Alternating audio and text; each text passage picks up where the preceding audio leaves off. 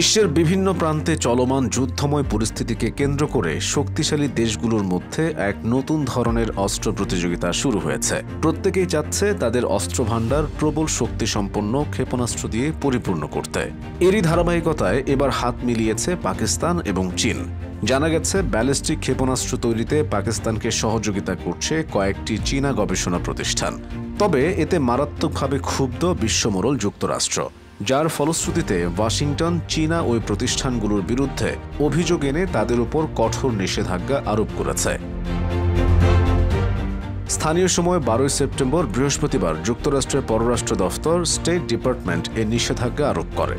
বার্তা সংস্থা রয়টার্সের প্রতিবেদন থেকে এ তথ্য জানা গেছে। এটা স্পষ্ট যে পাকিস্তান অস্ত্র সমৃদ্ধ হতে গিয়ে যুক্তরাষ্ট্রকে শত্রু বানিয়ে ফেলছে, আর অন্যদিকে পাকিস্তানকে সহযোগিতা করতে গিয়ে এখন খেসারত দিতে হতে পারে চীনকে।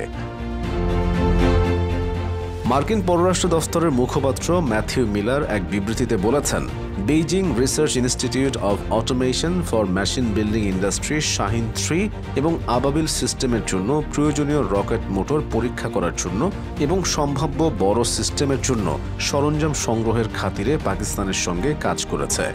মিলার আরও বলেন, আমাদের আরোপিত নিষেধাজ্ঞা পাকিস্তান ভিত্তিক উদ্ভাবনী সরঞ্জাম এবং চীনা নাগরিকের পাশাপাশি চীন ভিত্তিক সংস্থা Hubei Huachangda intelligent equipment company, universal enterprise এবং জিয়ান লংডে টেকনোলজি ডেভেলপমেন্ট কোম্পানির উপরও আরোপ করা হয়েছে।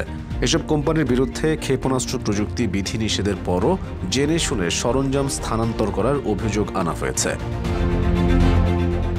এই ধরনের মার্কিন নিষেধাজ্ঞা অবশ্য এটাই প্রথম নয়। এর আগে 2023 সালের অক্টোবরে পাকিস্তানকে ক্ষেপণাস্ত্র তৈরির সরঞ্জাম দিয়ে সহযোগিতা করার অভিযোগ এনে 3 চীনা কোম্পানির উপর নিষেধাজ্ঞা আরোপ করেছিল যুক্তরাষ্ট্র।